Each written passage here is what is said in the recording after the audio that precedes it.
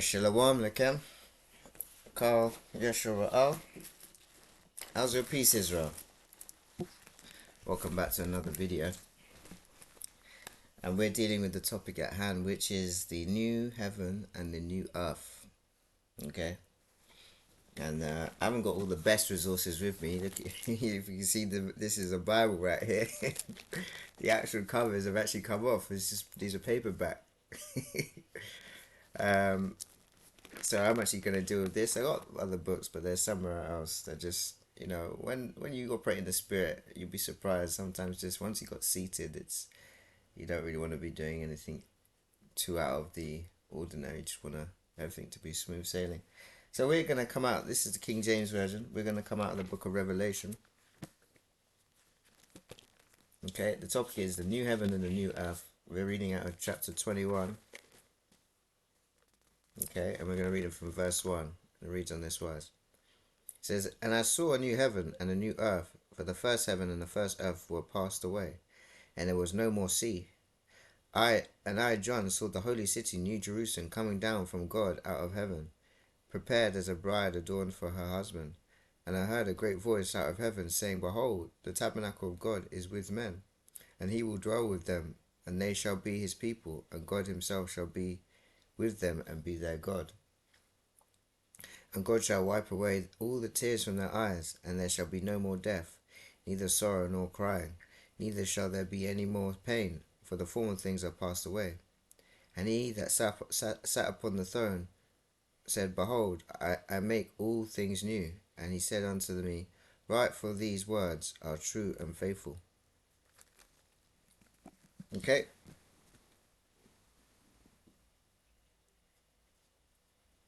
Excuse me. Alright, sorry, I don't know why I put this down. That was dealing with the vision of the new heaven and the new earth where God dwells with humanity. Okay, and we're dealing with the topic, the new heaven and the new earth. So we're right on point. We're now going to go into the book of Yeshaya, or other also known as Isaiah. Yeshaya. And we're going to pick it up in chapter 65.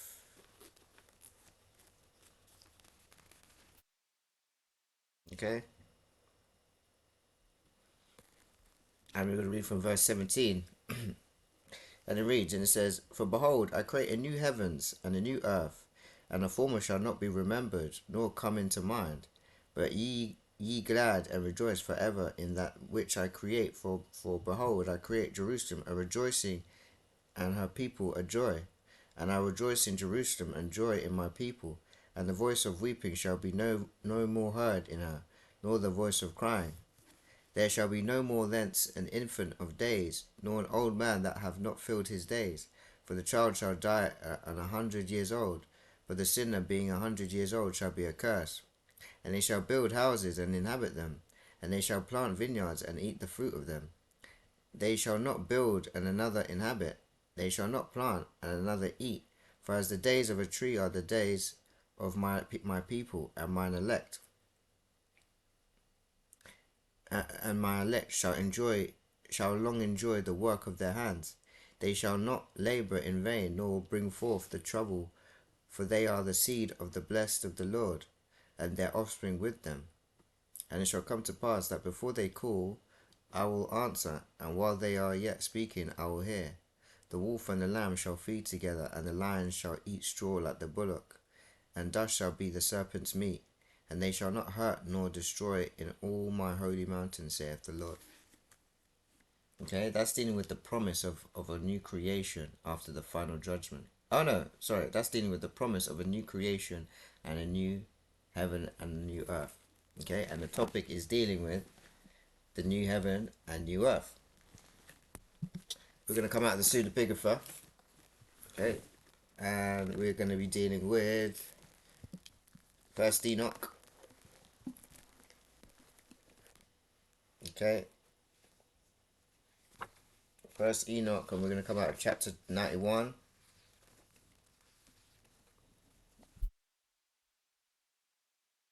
Okay, First Enoch chapter 91.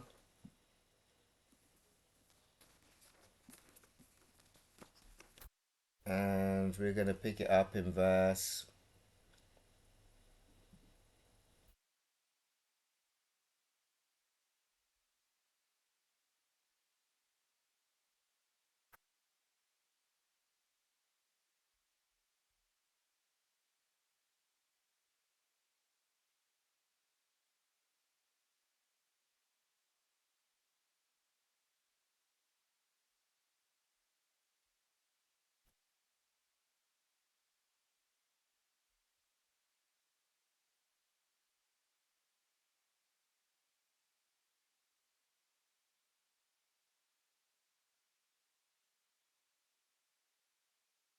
All right, okay.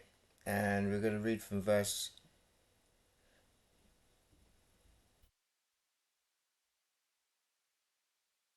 15. Actually, we'll pick up in verse.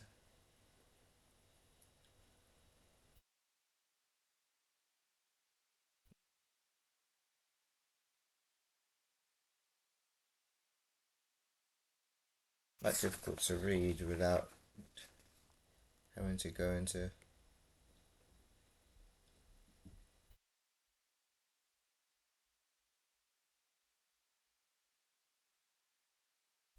I'm going to read from quite far back. Let's go for it. This is first Enoch. I think it's 93, but it seems like it's. I don't know what's going on here. The numbering is a bit off. But I'm going to read anyway. I believe it's 91 and verse 1.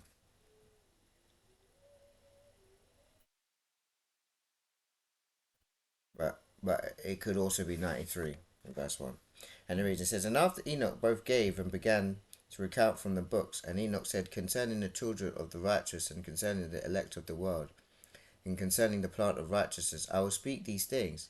Yea, I, Enoch, will declare unto you, my sons, according to that which appeared to me in the heavenly vision, and which I have known through the word of the holy angels, and have learnt from the heavenly tablets. And Enoch began to recount from the books, and said, I was born the seventh in the first week, while judgment and righteousness still endured. And after me there shall arise in the second week great wickedness, and deceit shall have sprung up, and in it there shall be the first end, and in it man shall be saved. And after it is ended, unrighteousness shall grow up, and a law shall be made for the sinners. And after that, in the third week, at its close, a man shall be elected as the plant of righteous judgment, and his posterity shall become the plant of righteousness forevermore. And after that, in the fourth week, at its close, visions of the holy and righteous shall be seen, and a law for all generations, and an enclosure shall be made for them. And after that, in the fifth week, at its close, the house of glory and dominion shall be built forever. And after that, in the sixth week, all who live in it shall be blinded, and the hearts of all of them shall godlessly forsake wisdom. And in it a man shall ascend, and at its close the house of dominion shall be burnt with fire, and the whole race of the chosen root shall be dispersed. And after that, in the seventh week, shall an apostate generation arise, and many shall be its deeds, and all its deeds shall be apostate, and at its close shall be elected the elect righteous of the eternal plant of righteousness, to receive sevenfold instruction concerning all his creation. For who is there of the children of men that is able to hear the voice of the Holy One without being troubled?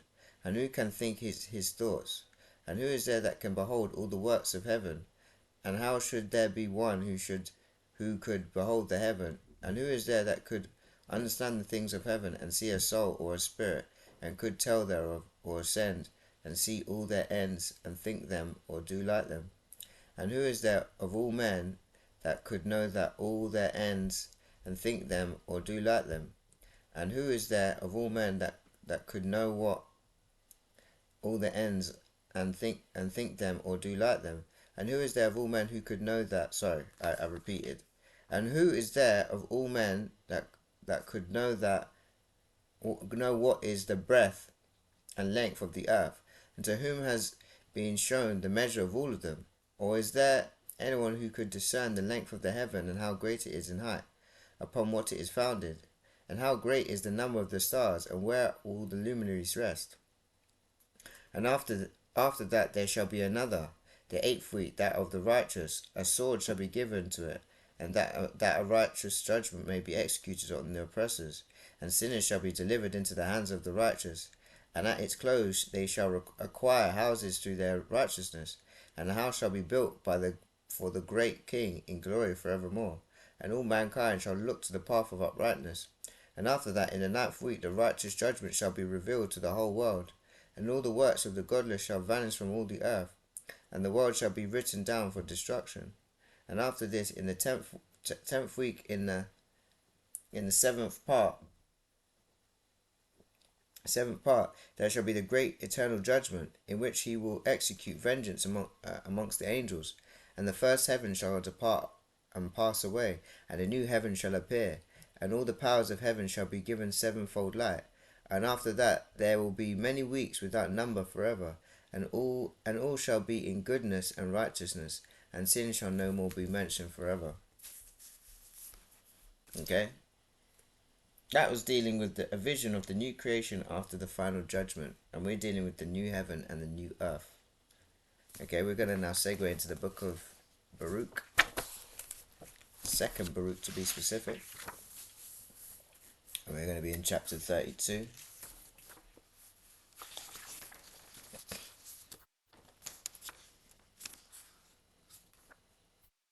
Okay,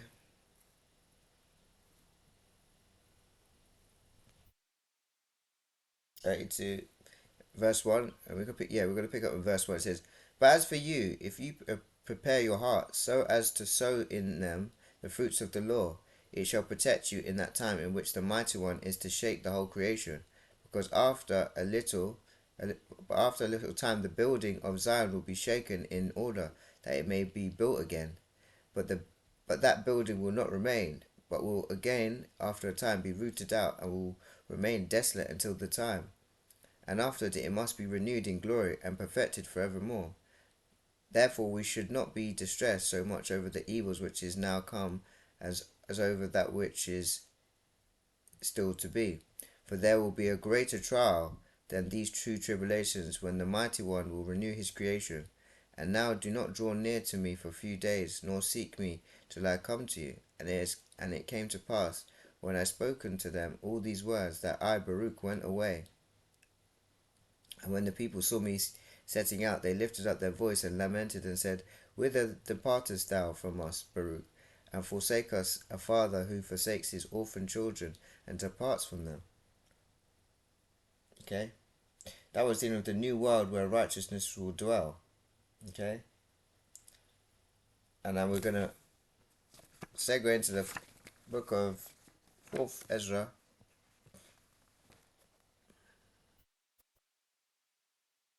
Okay.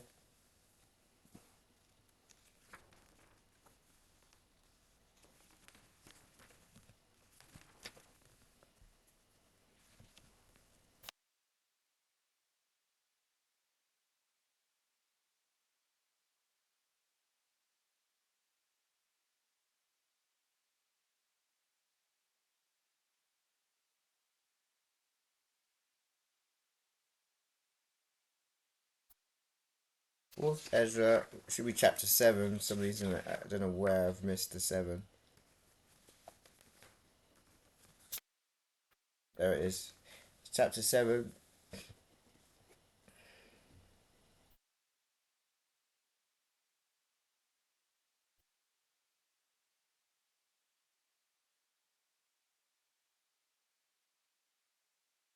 Okay. Um, I'm gonna read from verse 11. It says, Then said he unto me, this is for Ezra, even so also is Israel's portion, for it was for their sakes I made the world.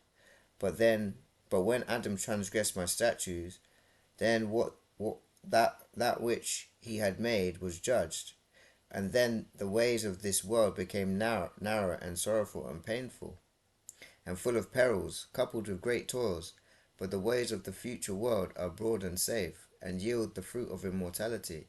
If then the living shall not have surely entered into these narrow and vain things, they will not be able to receive what has been reserved for them. But now, why disquietest thou thyself that thou art corruptible? Why art thou moved, because thou art mortal? Why hast thou not considered what is to come rather than what is now present? Okay, that was dealing with the future world created for the righteous. The last one, this is the vision. Oh no, yeah, the vision of the restored world after the final redemption. Is the Book of Jubilees. We're dealing with the new earth and the new heaven.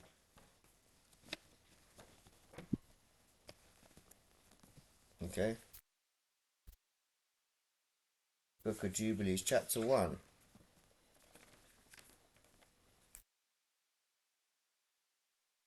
and it's verse 29. And it reads on this way, it says, "And the angel of the presence who went before the camp of Israel took the tables of the division of years from the time of creation, of the law and of the testimony of the weeks of the Jubilees, according to the individual years, according to all the number of the Jubilees, according to the individual years, from the day of the new creation, when the heavens and the earth shall be renewed, and all their creation according to their powers of the heavens, and according to all the creation of the earth, until the sanctuary of the Lord shall be made in Jerusalem on Mount Zion, and all the luminaries be renewed for healing, and for peace, and for blessing, for all the elect of Israel, and that thus it may be from that day, and unto all the days of the earth." Okay?